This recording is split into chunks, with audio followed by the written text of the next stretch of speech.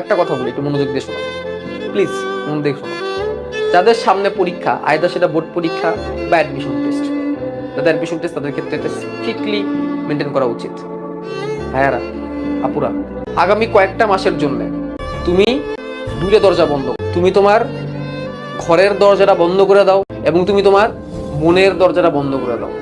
দরজার ওই পারে কি হয় না হয় দেখার তোমার দরকার নাই, কারণ তোমার এখন নিজেকে করতে হবে। নিজেকে করতে না পারলে এই দুনিয়াবাসী কেউ তোমাকে একসেপ্ট করবে না, কেউ তোমার গল্প শুনতে আসবে না।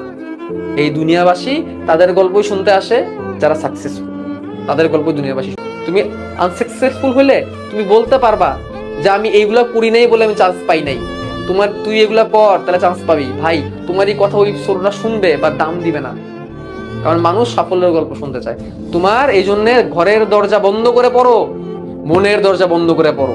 ঘরের দরজা যখন বন্ধ হবে, তোর বাসায় তোমাকে কে কি বললো এগুলো তোমার কানে আসবে না।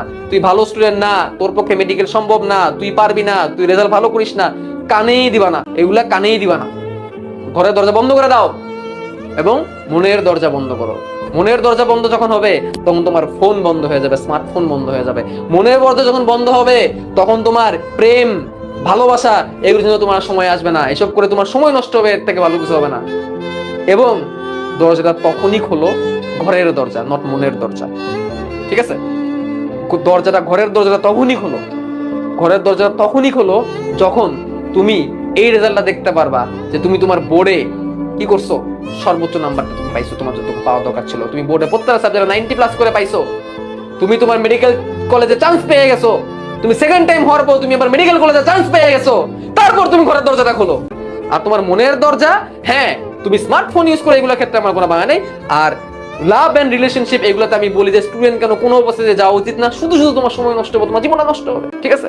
তো তোমার মনের দরজার, ঘরের দরজা, মনের দরজার ক্ষেত্রে আমি বললাম তোমার যে আবেগ অনুভূতি গুলো ছিল, মানে একটু এন্টারটেইনমেন্টের প্রতি, ফোনের প্রতি বা বিভিন্ন জিনিসের প্রতি, সেগুলা, এবং তোমার ঘরের দরজা সেই চান্স পাওয়ার পরে, রেজাল্টটা হওয়ার পরেই তারপর দেখবা তোমার সাফল্যের কথা শোনার জন্য কি বলছে, বুঝতে পারছো? এইটা বুঝেই পড়াশোনা করে যাও এবং রেগুলারলি মেনটেন করো।